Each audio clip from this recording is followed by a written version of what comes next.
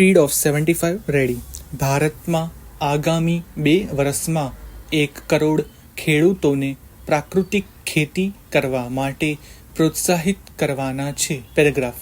દેશના નાણામંત્રી શ્રીમતી નિર્મલા સીતારામને વર્ષ 2024-25ના કેન્દ્રીય અંદાજપત્રની રજૂઆત વેળાએ પ્રારંભમાં જ દેશની 9 અગ્રતાઓમાં સૌથી પહેલી અગ્રતા કૃષિ ઉત્પાદકતા અને કૃષિ ઉત્પાદનમાં વૃદ્ધિ માટે કૃષિ પદ્ધતિમાં પરિવર્તનશીલતાને આપી અને તેના પણ પ્રાકૃતિક ખેતીને ટોચ અગ્રતા આપી. પેરેગ્રાફ. પ્રધાનમંત્રી શ્રી નરેન્દ્રભાઈ મોદીના દૂરદેશીભર્યા નેતૃત્વમાં આપણે વિકસિત ભારતની વાત કરી રહ્યા છીએ. ભારત આધુનિક થઈ રહ્યું છે. વિજ્ઞાન ટેકનોલોજીમાં ભારત વિકસિત રાષ્ટ્રની બરોબરી કરી રહ્યું છે. એક પણ ક્ષેત્ર એવું નથી કે આપણું ભારત પ્રગતિના આંતરરાષ્ટ્રીય માપદંડોમાં વિકસિત દેશોની સરખામણીમાં ઊંચું ઉતરતું હોય. પેરેગ્રાફ. પ્રગતિની હરણફાળ ભરી રહેલા ભારતમાં કૃષિ પદ્ધતિ પણ આધુનિક જ હોવી જોઈએ. ત્યારે ભારતના પ્રધાનમંત્રી પ્રાકૃતિક ખેતીની પ્રાધાન્ય આપવાની વાત કરે.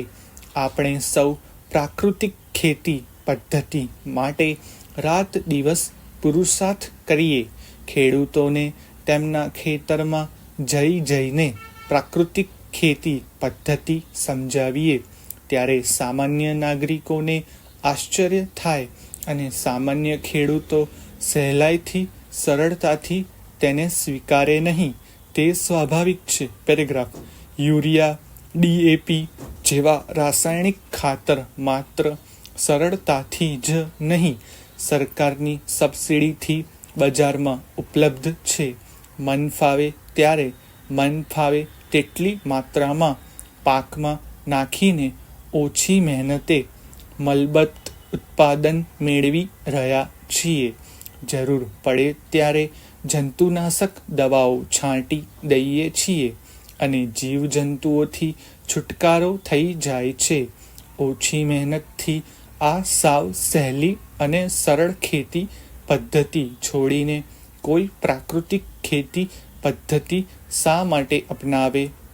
પ્રશ્નચિહ્ન. પેરેગ્રાફ. વર્ષ 1947માં આપણો દેશ આઝાદ થયો ત્યારે ભારતમાં ઘઉં અને અન્ય ધાન્યનું સરેરાશ ઉત્પાદન પ્રતિ હેક્ટર 8 કિલોગ્રામ જેટલું હતું. દેશની 10% ભૂમિને જ સિંચાઈની સુવિધા ઉપલબ્ધ હતી.